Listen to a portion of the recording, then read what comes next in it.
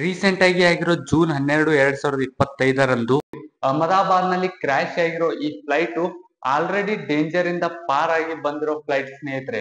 ಏನಕ್ಕಪ್ಪ ಅಂದ್ರೆ 4 ವರ್ಷಗಳ ಹಿಂದೆ ನವೆಂಬರ್ 2021 ಇಂಗ್ಲೆಂಡ್ ಇಂದ ಹೈದರಾಬಾದ್ಗೆ ಹೋಗ್ತಿರೋ ಸಂದರ್ಭದಲ್ಲಿ ಈ ಒಂದು ವಿಮಾನ ಎಮರ್ಜೆನ್ಸಿ ಲ್ಯಾಂಡಿಂಗ್ ಕೇಳುತ್ತೆ ಸ್ನೇಹಿತರೆ. ಏನಕ್ಕಪ್ಪ ಅಂದ್ರೆ ಇದೇ ಒಂದು ವಿಮಾನದಲ್ಲಿ ಏನು ರೀಸೆಂಟ್ ಆಗಿ ಅಹಮದಾಬಾದ್ ನಲ್ಲಿ ಏರ್ ಇಂಡಿಯಾ 171 ಫ್ಲೈಟ್ ಏನ್ ಕ್ರಾಶ್ ಆಗಿದೆ, ಇದೇ ಸೇಮ್ ವಿಮಾನ 4 ವರ್ಷಗಳ ಹಿಂದೆ ಅಂದ್ರೆ ನವೆಂಬರ್ 2021 ಲಂಡನ್ ಟು ಹೈದರಾಬಾದ್ ಬರೋ ಟೈಮ್ ಅಲ್ಲಿ ಮಧ್ಯದಲ್ಲಿ ಫ್ಯೂಲ್ ಲೀಕ್ ಆಗಿ ಎಮರ್ಜೆನ್ಸಿ ಲ್ಯಾಂಡಿಂಗ್ ಕೇಳುತ್ತೆ ಸ್ನೇಹಿತರೆ. ಟರ್ಕಿ ದೇಶದಲ್ಲಿ ಎಮರ್ಜೆನ್ಸಿ ಲ್ಯಾಂಡಿಂಗ್ ಮಾಡ್ಬಿಟ್ಟು ಎಲ್ಲಾ ಒಂದು ಪ್ರಾಬ್ಲಮ್ ಅನ್ನ ಸಾಲ್ವ್ ಮಾಡ್ಕೊಂಡ್ಬಿಟ್ಟು ಆರಾಮಾಗಿ ಪಾರ್ ಆಗಿ ಯಾವುದೇ ತೊಂದರೆ ಇಲ್ಲದೆ ಈ ಒಂದು ವಿಮಾನ ಹೈದರಾಬಾದ್ಗೆ ಬಂದು ರೀಚ್ ಆಗುತ್ತೆ ಸ್ನೇಹಿತರೆ. ಮತ್ತೆ ಈ ಒಂದು ಫ್ಲೈಟ್ ನ ವರ್ಕ್ಶಾಪ್ ಫ್ಯಾಕ್ಟರಿ ಒಳಗಡೆ ಹೋಗಿ ಅಂಡರ್ ಕವರ್ ರಿ ಏಜೆಂಟ್ಸ್ ಗಳಿಗೆ ಇನ್ವೆಸ್ಟಿಗೇಷನ್ ಮಾಡಿದಾಗ ಮತ್ತೆ ಒಂದೆರಡು ನ್ಯೂಸ್ ಗಳು ಇನ್ವೆಸ್ಟಿಗೇಟ್ ಮಾಡಿದಾಗ ಗೊತ್ತಾಗುತ್ತೆ ಸ್ನೇಹಿತರೆ. ಏನಪ್ಪಾ ಅಂದ್ರೆ ಈ ಒಂದು ಫ್ಲೈಟ್ ನ ಗ್ರೀನ್ ಲೈನ್ಸ್ ಒಳಗಡೆ ತುಂಬಾ ಚಿಕ್ಕ ಎಲಿಮೆಂಟ್ಸ್ ಗಳು ಕೊಳತೋಗಿರುತ್ತೆ, ಕೆಟ್ಟೋಗಿರೋ ಎಲಿಮೆಂಟ್ಸ್ ಗಳು ಈ ಒಂದು ಫ್ಲೈಟ್ ನ ಗ್ರೀನ್ ಲೈನ್ಸ್ ಒಳಗಡೆ ಇರುತ್ತೆ ಸ್ನೇಹಿತರೆ. ಮತ್ತೆ ನಿರ್ಲಕ್ಷ್ಯನೆ ಮಾಡಿಬಿಟ್ಟು ಅಷ್ಟೇ ಬಿಟ್ಟಿರ್ತಾರೆ, ತುಂಬಾ ಮೈನರ್ ಪ್ರಾಬ್ಲಮ್ ಅಂತ, ಇದರಿಂದ ಏನು ಆಗೋದಿಲ್ಲ ಅಂತ ತುಂಬಾನೇ ನಿರ್ಲಕ್ಷ್ಯ ಮಾಡಿಬಿಟ್ಟು ಅಷ್ಟೇ ಕೇರ್ಲೆಸ್ ಮಾಡಿ ಬಿಟ್ಟಿರ್ತಾರೆ ಸ್ನೇಹಿತರೆ ಒಂದು ಫ್ಲೈಟ್ ನ ವರ್ಕರ್ಸ್ ಮತ್ತೆ ರಿ ಏಜೆಂಟ್ಸ್ ಗಳು. ಜೂನ್ 12, 2025 ಮಧ್ಯಾಹ್ನ 1:38ಕ್ಕೆ ಏರ್ ಇಂಡಿಯಾ 171 ಫ್ಲೈಟ್ ಏನ್ ಕ್ರಾಶ್ ಆಗುತ್ತೆ ಸ್ನೇಹಿತರೆ, ಅದೇ ಒಂದು ಸೇಮ್ ವಿಮಾನ 12 ಗಂಟೆ ಮುಂಚಿತವಾಗಿ ಅಂದ್ರೆ ಜೂನ್ 12 ಮಧ್ಯರಾತ್ರಿ 12 ಗಂಟೆಗೆ ಪ್ಯಾರಿಸ್ ಟು ದೆಹಲಿಗೆ ಒಂದು ಜರ್ನಿ ಮಾಡುತ್ತೆ ಸ್ನೇಹಿತರೆ. ಪ್ಯಾರಿಸ್ ಟು ದೆಹಲಿಗೆ ಬರುತ್ತೆ ಮತ್ತೆ ದೆಹಲಿಯಿಂದ ಅಹಮದಾಬಾದ್ಗೆ ಬರುತ್ತೆ ಸ್ನೇಹಿತರೆ. ಒಟ್ಟಾರೆಯಾಗಿ ಎರಡು ಕಡೆ ಇದು ಲ್ಯಾಂಡಿಂಗ್ ಮಾಡಿರುತ್ತೆ ಮತ್ತೆ ಅಲ್ಲಿ ಕೂಡ ಒಂದ್ ಸ್ವಲ್ಪ ಪ್ರಾಬ್ಲಮ್ಸ್ ಫೇಸ್ ಆಗಿರುತ್ತೆ ಸ್ನೇಹಿತರೆ. ದೆಹಲಿಯಿಂದ ಏನು ಅಹಮದಾಬಾದ್ಗೆ ಟ್ರಾವೆಲ್ ಮಾಡಿತ್ತು ಆ ಸಂದರ್ಭದಲ್ಲಿ ಒಬ್ಬ ಪ್ಯಾಸೆಂಜರ್ ಅವ್ರ ನೇಮ್ ಬಂದ್ಬಿಟ್ಟು ಆಕಾಶ್ ವಾರತ್ಸ ಅನ್ನುವಂಥವ್ರು ಇದೇ ಒಂದು ಸೇಮ್ ಫ್ಲೈಟ್ ನಲ್ಲಿ ಬೆಳಗ್ಗೆ ದೆಹಲಿಯಿಂದ ಅಹಮದಾಬಾದ್ಗೆ ಜರ್ನಿ ಮಾಡಿರ್ತಾರೆ. ಅವರು ಗಮನಿಸಿದ ವಿಷಯಗಳನ್ನ ನೋಡ್ತಾ ಹೋದ್ರೆ ಸ್ನೇಹಿತರೆ, ಈ ಒಂದು ಫ್ಲೈಟ್ ನ ವಿಂಗ್ಸ್ ಗಳು ಮೇಲೆ ಕೆಳಗೆ ಆಗ್ತಾ ಇರುವಂತದ್ದು ವಿಡಿಯೋಸ್ ಕೂಡ ಇವರು ಸೋಷಿಯಲ್ ಮೀಡಿಯಾದಲ್ಲಿ ಎಕ್ಸ್ ಅಲ್ಲಿ ಪೋಸ್ಟ್ ಮಾಡಿರ್ತಾರೆ. ಮತ್ತೆ ಈ ಒಂದು ಫ್ಲೈಟ್ ಅಲ್ಲಿ ಎಸಿ ಕೂಡ ವರ್ಕ್ ಆಗ್ತಿರಲ್ಲ, ಹಾಗೆ ಒಂದು ಫ್ಲೈಟ್ ಅಲ್ಲಿ ಇರ್ತಕ್ಕಂತ ಸೀಟ್ ಡಿಸ್ಪ್ಲೇ ಕೂಡ ಒಂದು ಪ್ರಾಪರ್ ಆಗಿ ಕೆಲಸ ಮಾಡ್ತಿರಲ್ಲ. ಎಲ್ಲಾ ಒಂದು ಕ್ಲಿಪ್ಸ್ ಗಳನ್ನ ಇವರು ವಿಡಿಯೋ ಮಾಡ್ಕೊಂಡ್ಬಿಟ್ಟು ನೋಟಿಸ್ ಮಾಡಿರ್ತಾರೆ ಈ ಒಂದು ಆಕಾಶ್ ವಾರತ್ಸ ಅನ್ನುವಂಥವ್ರು. ಇದೆಲ್ಲ ತುಂಬಾ ಮೈನರ್ ಪ್ರಾಬ್ಲಮ್ಸ್ ಗಳಾಗಿರೋದ್ರಿಂದ ಯಾರು ಅಷ್ಟು ತಲೆ ಕೆಡಿಸ್ಕೊಳ್ಳೋದಿಲ್ಲ ಸ್ನೇಹಿತರೆ. ಆಕಾಶ್ ವಾರತ್ಸ ಅನ್ನುವಂಥವ್ರು ಆರಾಮಾಗಿ ಯಾವುದೇ ತೊಂದರೆ ಇಲ್ಲದೆ 11 ಗಂಟೆ 16 ನಿಮಿಷಕ್ಕೆ ಆರಾಮಾಗಿ ಅಹಮದಾಬಾದ್ ನಲ್ಲಿ ಒಂದು ಫ್ಲೈಟ್ ಲ್ಯಾಂಡ್ ಆಗುತ್ತೆ, ಯಾವುದೇ ತೊಂದರೆ ಇಲ್ಲದೆ ಲ್ಯಾಂಡ್ ಆಗುತ್ತೆ ಸ್ನೇಹಿತರೆ. 12:20ಕ್ಕೆ ರಿಫ್ಯೂಲ್ ಮಾಡೋದಕ್ಕೆ ಒಂದು ಫ್ಲೈಟ್ ಅನ್ನ ಫ್ಯೂಲ್ ಅನ್ನ ಫಿಲ್ ಮಾಡೋದಕ್ಕೆ ಸ್ಟಾರ್ಟ್ ಮಾಡ್ತಾರೆ. ಏನಿಲ್ಲ ಅಂದ್ರೂ 20 ರಿಂದ 30 ನಿಮಿಷ ತಗೊಳ್ಳೋ ಟೈಮು 42 ನಿಮಿಷ ತಗೊಳುತ್ತೆ ಸ್ನೇಹಿತರೆ. ಯೂಶುವಲಿ 10 ನಿಮಿಷ ಜಾಸ್ತಿ ತಗೊಳುತ್ತೆ. ಇದು ಒಂದು ಪಾಯಿಂಟ್ ನಾವು ನೋಟಿಸ್ ಮಾಡ್ಬೇಕಾಗುತ್ತೆ ಸ್ನೇಹಿತರೆ. ಈ ಒಂದು ಫ್ಲೈಟ್ ಅಲ್ಲಿ 242 ಜನ ಇರ್ತಾರೆ ಸ್ನೇಹಿತರೆ. ಅದರಲ್ಲಿ 230 ಜನ ಪ್ಯಾಸೆಂಜರ್ಸ್, 10 ಜನ ಕ್ರೂ ಮೆಂಬರ್ಸ್ ಮತ್ತೆ 2 ಪೈಲಟ್ಸ್. ಮೇನ್ ಆಗಿ ಪೈಲಟ್ಸ್ ಗಳ ಬಗ್ಗೆ ನೋಡೋದಾದ್ರೆ ಸ್ನೇಹಿತರೆ, ಮೊದಲನೇದಾಗಿ ಕ್ಯಾಪ್ಟನ್ ಸುಮಿತ್ ಸಬರ್ವಾಲಾ ಅನ್ನುವಂಥವರು ಇವರ ಫ್ಲೈಯಿಂಗ್ ಎಕ್ಸ್ಪೀರಿಯನ್ಸ್ ಬಂದ್ಬಿಟ್ಟು ಸ್ನೇಹಿತರೆ 8200 ಅವರ್ಸ್ ಇವರ ಫ್ಲೈಯಿಂಗ್ ಎಕ್ಸ್ಪೀರಿಯನ್ಸ್. ಒಟ್ಟಾರೆಯಾಗಿ ಇವರು ವಿಮಾನದಲ್ಲಿ ಕಳೆದ ಸಮಯ ಬಂದ್ಬಿಟ್ಟು ಸ್ನೇಹಿತರೆ ಅವರ ಜೀವನದಲ್ಲಿ 8200 ಅವರ್ಸ್ ಇವರ ಫ್ಲೈಯಿಂಗ್ ಎಕ್ಸ್ಪೀರಿಯನ್ಸ್ ಇರುತ್ತೆ. ಇವರ ಎಕ್ಸ್ಪೀರಿಯನ್ಸ್ ಬಂದ್ಬಿಟ್ಟು 8200 ಗಂಟೆವರೆಗೂ ಇವರು ವಿಮಾನದಲ್ಲಿ ಸಮಯ ಕಳೆದಿರುವಂತದ್ದು. ತುಂಬಾ ಎಕ್ಸ್ಪೀರಿಯನ್ಸ್ಡ್ ವ್ಯಕ್ತಿ ಕ್ಯಾಪ್ಟನ್ ಸುಮಿತ್ ಅನ್ನುವಂಥವ್ರು. ಮತ್ತೆ ಕೋ ಪೈಲಟ್ ಆಗಿ ಲೈವ್ ಕುಂದರ್ ಅನ್ನುವಂಥವ್ರು ಕೋ ಪೈಲಟ್ ಆಗಿ ಇವರ ಫ್ಲೈಯಿಂಗ್ ಎಕ್ಸ್ಪೀರಿಯನ್ಸ್ ಬಂದ್ಬಿಟ್ಟು ಸ್ನೇಹಿತರೆ 1100 ಅವರ್ಸ್ 1100 ಅವರ್ಸ್ ಇವರ ಫ್ಲೈಯಿಂಗ್ ಎಕ್ಸ್ಪೀರಿಯನ್ಸ್ ಆಗುತ್ತೆ. ಇವರು ಕೂಡ ತುಂಬಾ ಎಕ್ಸ್ಪೀರಿಯನ್ಸ್ಡ್ ಪೈಲಟ್, ಇಬ್ರು ಕೂಡ ಎಕ್ಸ್ಪೀರಿಯನ್ಸ್ಡ್ ಪೈಲಟ್ಸ್ ಈ ಒಂದು ಫ್ಲೈಟ್ ಅಲ್ಲಿ ರೈಡ್ ಮಾಡ್ತಾ ಇರುವಂತದ್ದು ಸ್ನೇಹಿತರೆ. ಗುಜರಾತಿನ ಅಹಮದಾಬಾದ್ ನಲ್ಲಿರುವ ಸರ್ದಾರ್ ವಲ್ಲಭಾಯ್ ಪಟೇಲ್ ಇಂಟರ್ನ್ಯಾಷನಲ್ ಏರ್ಪೋರ್ಟ್ ಮುಖಾಂತರ ಈ ಒಂದು ಫ್ಲೈಟ್ 1 ಗಂಟೆ 31 ನಿಮಿಷಕ್ಕೆ ಆಕ್ಟಿವ್ ರನ್ವೇ ಮುಖಾಂತರ ಮೂವ್ ಆಗೋದಕ್ಕೆ ಸ್ಟಾರ್ಟ್ ಆಗುತ್ತೆ ಸ್ನೇಹಿತರೆ. ಈ ಒಂದು ಏರ್ ಟ್ರಾಫಿಕ್ ಕಂಟ್ರೋಲ್ ನವರು ಎಲ್ಲ ಒಂದು ವೆದರ್ ಆಗಿರ್ಬೋದು, ಈ ಒಂದು ರನ್ವೇ ಆಗಿರ್ಬೋದು, ಈ ಒಂದು ಫ್ಲೈಟ್ ಆಗಿರ್ಬೋದು ಎಲ್ಲವನ್ನ ಚೆಕ್ ಮಾಡಿಬಿಟ್ಟು ಟೇಕ್ ಆಫ್ ಆಗೋದಕ್ಕೆ ಪರ್ಮಿಷನ್ ನ ಗ್ರಾಂಟೆಡ್ ಮಾಡ್ತಾರೆ, ಅಂದ್ರೆ ಪರ್ಮಿಷನ್ ನ ಕೊಡ್ತಾರೆ ಸ್ನೇಹಿತರೆ. ಒಟ್ಟಾರೆಯಾಗಿ ಎಲ್ಲ ಒಂದು ಫ್ಲೈಯಿಂಗ್ ಕಂಡೀಷನ್ಸ್ ಗಳನ್ನ ಚೆಕ್ ಮಾಡ್ಕೊಂಡ್ಬಿಟ್ಟು ಟೇಕ್ ಆಫ್ ಆಗೋದಕ್ಕೆ ಪರ್ಮಿಷನ್ ನ ಗ್ರಾಂಟೆಡ್ ಮಾಡ್ತಾರೆ, ಅಂದ್ರೆ ಪರ್ಮಿಷನ್ ನ ಕೊಡ್ತಾರೆ ಸ್ನೇಹಿತರೆ. ರನ್ವೇ ಕಂಡೀಷನ್ ಆಗಿರ್ಬೋದು, ವೆದರ್ ಆಗಿರ್ಬೋದು, ಈ ಒಂದು ಫ್ಲೈಟ್ ಕಂಡೀಷನ್ ಆಗಿರ್ಬೋದು, ಒಟ್ಟಾರೆಯಾಗಿ ಯಾವುದೇ ಒಂದು ರೆಡ್ ಅಲರ್ಟ್ ಇರೋದಿಲ್ಲ ಸ್ನೇಹಿತರೆ. ಯಾವುದೇ ಒಂದು ಡೇಂಜರ್ ಅನ್ನುವಂತ ಒಂದು ಸುಳಿವು ಕೂಡ ನಮಗೆ ಕಂಡು ಬಂದಿರೋದಿಲ್ಲ. 1 ಗಂಟೆ 38 ನಿಮಿಷ 24 ಸೆಕೆಂಡ್ಸ್ಗೆ ಈ ಒಂದು ಫ್ಲೈಟ್ ಟೇಕ್ ಆಫ್ ಆಗುತ್ತೆ ಸ್ನೇಹಿತರೆ. ಸೆಟಲೈಟ್ ವ್ಯೂ ಮುಖಾಂತರ ಈ ಒಂದು ಏರ್ಪೋರ್ಟ್ ನ ನೋಡ್ತಾ ಹೋದ್ರೆ ಸ್ನೇಹಿತರೆ ನಮಗೆ ಗೊತ್ತಾಗುತ್ತೆ ಈ ಒಂದು ಏರ್ಪೋರ್ಟ್ ನಲ್ಲಿ ಒಂದೇ ರನ್ವೇ ಇರುವಂತದ್ದು.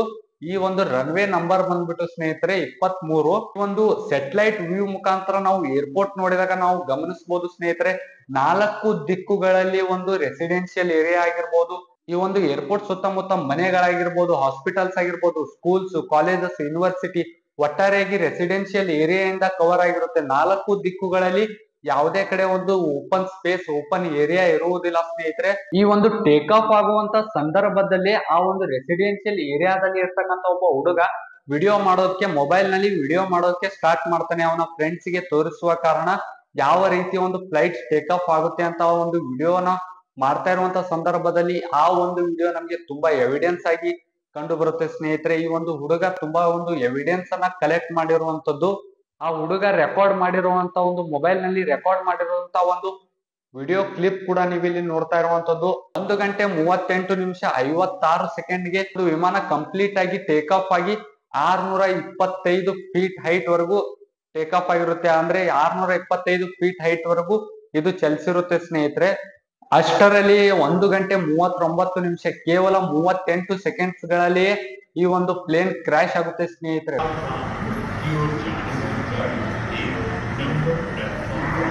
ಮೇಘಾನಿ ಅನ್ನುವಂತ ಒಂದು ಪ್ಲೇಸ್ ಅಲ್ಲಿ ಇದು ಬೀಳುತ್ತೆ ಸ್ನೇಹಿತರೆ. ಒಂದು ಮೆಡಿಕಲ್ ಗರ್ಲ್ಸ್ ಹಾಸ್ಟೆಲ್ ಮೇಲೆ ಈ ಒಂದು ಫ್ಲೈಟ್ ಬೀಳುತ್ತೆ ಸ್ನೇಹಿತರೆ. ಎಲ್ಲರೂ ಒಂದು ಮೆಸ್ ಅಲ್ಲಿ ಊಟಕ್ಕೆ ಕುಳಿತಾಗಲೇ ಈ ಒಂದು ಫ್ಲೈಟ್ ಹೋಗ್ಬಿಟ್ಟು ಆ ಒಂದು ಪ್ಲೇಸ್ ಅಲ್ಲಿ ಬೀಳುತ್ತೆ.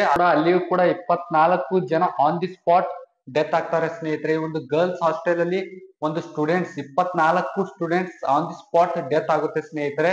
ಇಷ್ಟೆಲ್ಲಾ ದೊಡ್ಡ ಘಟನೆ ಆದ್ರೂ ಕೂಡ, ಇಷ್ಟೆಲ್ಲಾ ದೊಡ್ಡ ದುರಂತ ಆದ್ರೂ ಕೂಡ ಇಷ್ಟು ಜನಗಳ ನಡುವೆ ಬದುಕಿರೋದು ಕೇವಲ ಒಬ್ಬನೇ ಒಬ್ಬ ಸ್ನೇಹಿತರೆ. ಅವರ ಹೆಸರು ಬಂದ್ಬಿಟ್ಟು ವಿಶ್ವಾಸ್ ಕುಮಾರ್ ರಮೇಶ್ ಅನ್ನುವಂತ ಒಬ್ಬ ಬ್ರಿಟಿಷ್ ವ್ಯಕ್ತಿ, ಬ್ರಿಟಿಷ್ ಸಿಟಿಜನ್ ಒಬ್ಬನೇ ಒಬ್ಬ ಬದುಕ್ತಾನೆ ಸ್ನೇಹಿತರೆ. ಈ ಒಂದು ದುರ್ಘಟನೆಯಲ್ಲಿ ಅವರು ಹೇಳಿರೋ ಪ್ರಕಾರ ಅವರಿಗೆ ಅಡ್ವಾಂಟೇಜ್ ಆಗಿದೆ ಎಮರ್ಜೆನ್ಸಿ ಎಕ್ಸಿಟ್ ಸ್ನೇಹಿತರೆ.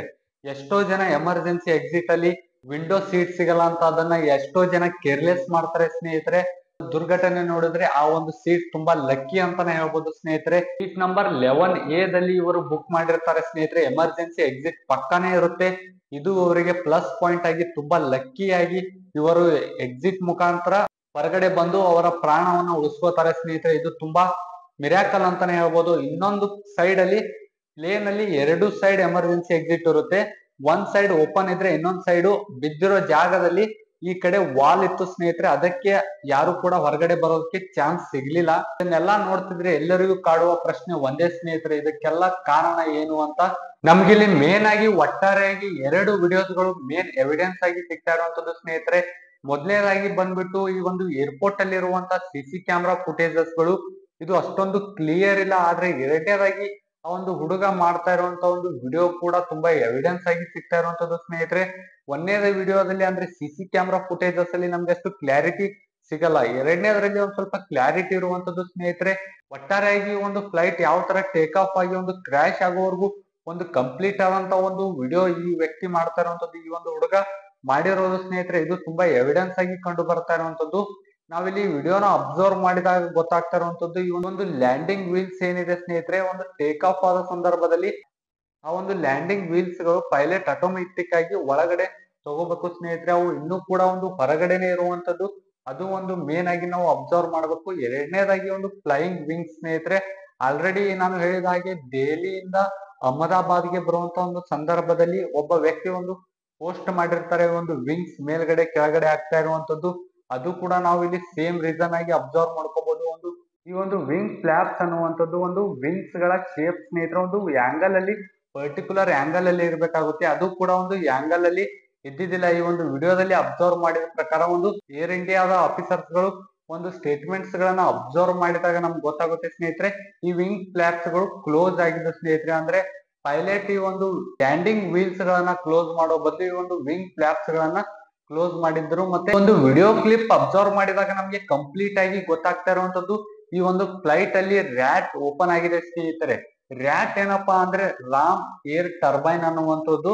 ಈ ಒಂದು ರ್ಯಾಟ್ ಏನಕ್ಕಪ್ಪ ಓಪನ್ ಆಗುತ್ತೆ ಅಂದ್ರೆ ಯಾವುದೇ ಒಂದು ಫ್ಲೈಟ್ ಅಲ್ಲಿ ಕಂಪ್ಲೀಟ್ ಆದಂತ ಒಂದು ಪವರ್ ಸಪ್ಲೈ ಕಟ್ ಆದಾಗ ರ್ಯಾಟ್ ಓಪನ್ ಆಗುತ್ತೆ ಸ್ನೇಹಿತರೆ. ಈ ಒಂದು ರ್ಯಾಟ್ ಈ ಒಂದು ಫ್ಲೈಟ್ ಅಲ್ಲಿ ಓಪನ್ ಆಗ್ತಾ ಇರುವಂತದ್ದು, ಇದ್ರ ಮೇಲೆ ನಮ್ಗೆ ಗೊತ್ತಾಗ್ತಾ ಇರುವಂತದ್ದು ಈ ಒಂದು ಫ್ಲೈಟ್ ಅಲ್ಲಿ ಕಂಪ್ಲೀಟ್ ಆದಂತ ಒಂದು ಪವರ್ ಸಪ್ಲೈ ಲಾಸ್ ಆಗಿದೆ, ಪವರ್ ಸಪ್ಲೈ ಕಂಪ್ಲೀಟ್ ಆಗಿ ಕಟ್ ಆಗಿದೆ ಅಂತ ನಮ್ಗೆ ಗೊತ್ತಾಗ್ತಾ ಇರುವಂತದ್ದು. ಈ ರ್ಯಾಟ್ ಕೆಲಸ ಏನಪ್ಪಾ ಅಂದ್ರೆ, ಈ ರ್ಯಾಟ್ ಟರ್ಬೈನ್ ತರ ವರ್ಕ್ ಆಗುತ್ತೆ ಸ್ನೇಹಿತರೆ. ಟರ್ಬೈನ್ ಅಂದ್ರೆ ಒಂದು ಏರ್ ಅನ್ನ ಕರೆಂಟ್ ಆಗಿ ಕನ್ವರ್ಟ್ ಮಾಡ್ಕೊಂಡ್ಬಿಟ್ಟು ಇಮಿಡಿಯೇಟ್ ಆಗಿ ಫ್ಲೈಟ್ ಗೆ ಒಂದು ಕರೆಂಟ್ ಸಪ್ಲೈ ನೀಡ್ತಾ ಇರುವಂತದ್ದು ಸ್ನೇಹಿತರೆ.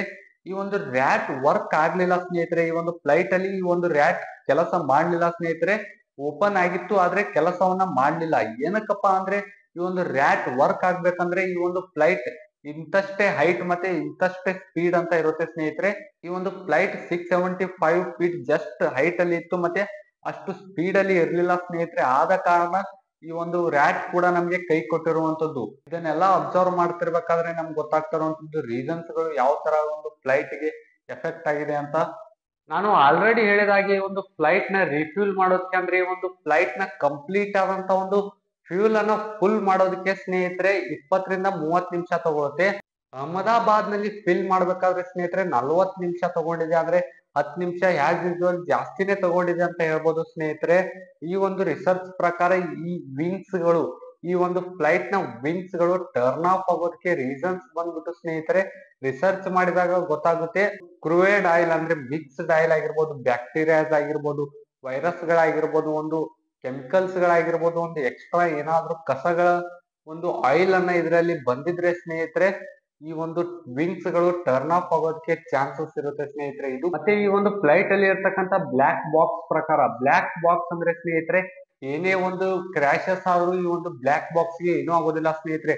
ಈ ಒಂದು ಬ್ಲಾಕ್ ಬಾಕ್ಸ್ ಅಲ್ಲಿ ಎಲ್ಲಾ ಒಂದು ಯಾವ ತರ ಕ್ರಾಶ್ ಆಯ್ತು, ರೀಸನ್ಸ್ ಗಳು ಎಲ್ಲಾ ಒಂದು ಡಾಟಾವನ್ನ ಇದರಲ್ಲಿ ಸ್ಟೋರ್ ಆಗಿರುತ್ತೆ. ಒಂದು ಬ್ಲಾಕ್ ಬಾಕ್ಸ್ ಪ್ರಕಾರ ಒಂದು ಗ್ರೇಟರ್ ಥ್ರಸ್ಟ್ ಇಶ್ಯೂ, ಮತ್ತೆ ಟೆಂಪರೇಚರ್ ವೇರಿ ಪ್ರಕಾರ, ಮತ್ತೆ ಹೈಯರ್ ಟೆಂಪರೇಚರ್, ಮತ್ತೆ ಪೈಲಟ್ ಎರರ್, ಈ ತರ ಒಂದು ಹಲವಾರು ರೀಸನ್ಸ್ ಗಳು ಈ ಒಂದು ಬ್ಲಾಕ್ ಬಾಕ್ಸ್ ಅಲ್ಲಿ ಬಂದಿರುವಂತದ್ದು. ಈ ಒಂದು ಯುನೈಟೆಡ್ ಸ್ಟೇಟ್ ಅಲ್ಲಿ ಈ ಒಂದು ಬ್ಲಾಕ್ ಬಾಕ್ಸ್ ಇನ್ವೆಸ್ಟಿಗೇಷನ್ ನಡೆದಿರುವಂತದ್ದು ಸ್ನೇಹಿತರೆ. ಇದೆಲ್ಲಾ ರೀಸನ್ಸ್ ಗಳು ಅಬ್ಸರ್ವ್ ಮಾಡಿದಾಗ ನಮಗೆ ಗೊತ್ತಾಗ್ತಾ ಇರುವಂತದ್ದು ಸ್ನೇಹಿತರೆ, ಈ ಒಂದು ಫ್ಲೈಟ್ ಗೆ ಎಲ್ಲಾ ಒಂದು ದಿಕ್ಕುಗಳಿಂದ ಸಮಸ್ಯೆ ಎದುರಾಗಿರುವಂತದ್ದು. ಒಂದು ವಿಂಗ್ ಫ್ಲಾಪ್ಸ್ ಗಳಾಗಿರ್ಬೋದು, ಒಂದು ಟೆಂಪರೇಚರ್ ಆಗಿರ್ಬೋದು, ಲ್ಯಾಂಡಿಂಗ್ ವೀಲ್ಸ್ ಗಳಾಗಿರ್ಬೋದು, ಮತ್ತೆ ಈ ಒಂದು ಫ್ಯೂಲ್ ಆಗಿರ್ಬೋದು, ಮತ್ತೆ ಒಂದು ಪೈಲಟ್ ಎರರ್ ಆಗಿರ್ಬೋದು, ಎಲ್ಲ ಒಂದು ಎರರ್ಸ್ ಗಳು ಈ ಒಂದು ಫ್ಲೈಟ್ ಗೆ ಆದ ಕಾರಣ ಈ ಒಂದು ಫ್ಲೈಟ್ ಕ್ರಾಶ್ ಆಗಿದೆ ಅಂತ ಹೇಳ್ಬೋದು ಸ್ನೇಹಿತರೆ. ಕ್ರಾಶ್ ಆದ ಒಂದು ಪ್ಲೇಸ್ ಕೂಡ ತುಂಬಾ ಡೇಂಜರ್ ಆಗಿರುವಂತದ್ದು. ಒಂದು ಮೆಡಿಕಲ್ ಗರ್ಲ್ಸ್ ಹಾಸ್ಟೆಲ್ ಮೇಲೆ ಹೋಗಿ ಒಂದು ಫ್ಲೈಟ್ ಕ್ರಾಶ್ ಆಗಿರುವಂತದ್ದು. ಅಲ್ಲಿಯೂ ಕೂಡ 24 ಜನ ಆನ್ ದಿ ಸ್ಪಾಟ್ ಡೆತ್ ಆಗಿರುವಂತದ್ದು. ಒಟ್ಟಾರೆಯಾಗಿ ಒಂದು ಫ್ಲೈಟ್ ಕ್ರಾಶ್ ಆಗ್ಬಿಟ್ಟು 241 ಜನ ಆದ್ರೆ,